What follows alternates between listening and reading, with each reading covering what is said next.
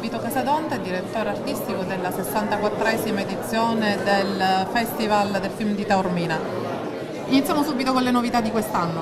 Beh, novità ce ne sono tante, quella più importante è che abbiamo 13 anteprime mondiali, 6 anteprime internazionali e 5 anteprime italiane. Per me questo è un grande risultato, quello di aver portato delle anteprime insieme al mio co-direttore Silvia Bizio al festival, alla 64esima edizione del Festival di Taormina in pochissimo tempo. Cosa si può aspettare l'appassionato del Festival di Taormina? Beh, l'appassionato, i cinefili avranno la possibilità di vedere tanti film. Ci saranno diversi appuntamenti anche. Diversi appuntamenti con diversi incontri con l'autore, masterclass, da Maria Sole Tognazzi a Michele Placido, e una in particolare che è quella con il produttore Pietro Valsecchi.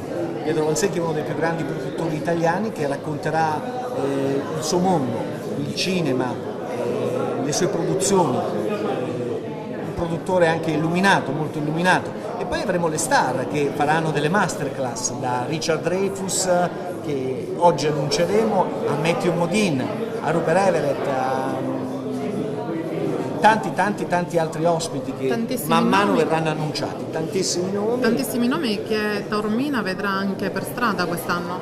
Ecco, quello che mi auguro è che si possa fare un tappeto rosso e si possa avere questo contatto con la gente di Taormina. Un concetto che voglio ricordare: portare le star a Taormina non è difficile, perché Taormina è uno dei festival più prestigiosi al mondo. Farlo in pochissimo tempo è difficile.